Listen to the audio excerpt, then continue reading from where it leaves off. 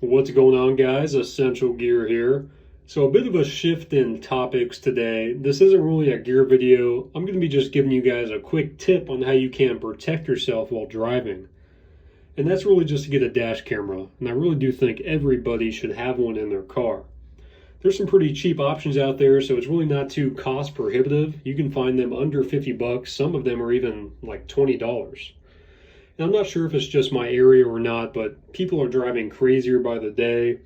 It could be because they're stressed out, distracted more than ever, or just on edge right now. But I am seeing an increased amount of accidents, not just fender benders, but more 3 to 4 car collisions. And it is worth noting that in my jurisdiction, like many others, an accident is defined as being between a single car and nature.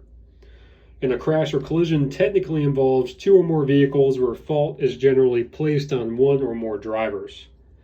And this is really important to know because if you are involved in an accident, that officer writing the report is going to have to determine fault based off of the information they have. And for instance, if you are rear-ended and pushed into another car, you could still be held liable based on the percentage of fault that you are assigned. And depending on your state, your insurance might not even pay out for as little as 50% liability. So do some research on how your state defines fault and how your coverage is impacted by that.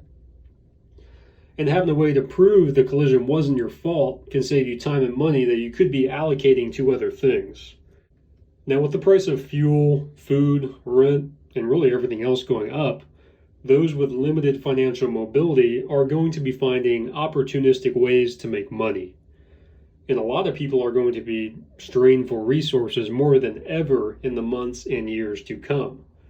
This will cause some to do things that they normally wouldn't do. Now, the entrepreneurial types might start a business and offer some kind of recession-resilient service, and others will find ways to make money at your expense. I'm talking about scams here. Just know that there are people out there right now siphoning gas and staging accidents to collect insurance money. Now, at the end of the day, you can't control what other people do, but you can protect yourself a bit more with a dash camera. Now, I've been using one in my personal vehicle for a couple of years now. I've had some cheap ones and finally landed with one from Blackview. This isn't a video to sell you on any particular brand, just to explain the benefit of having one.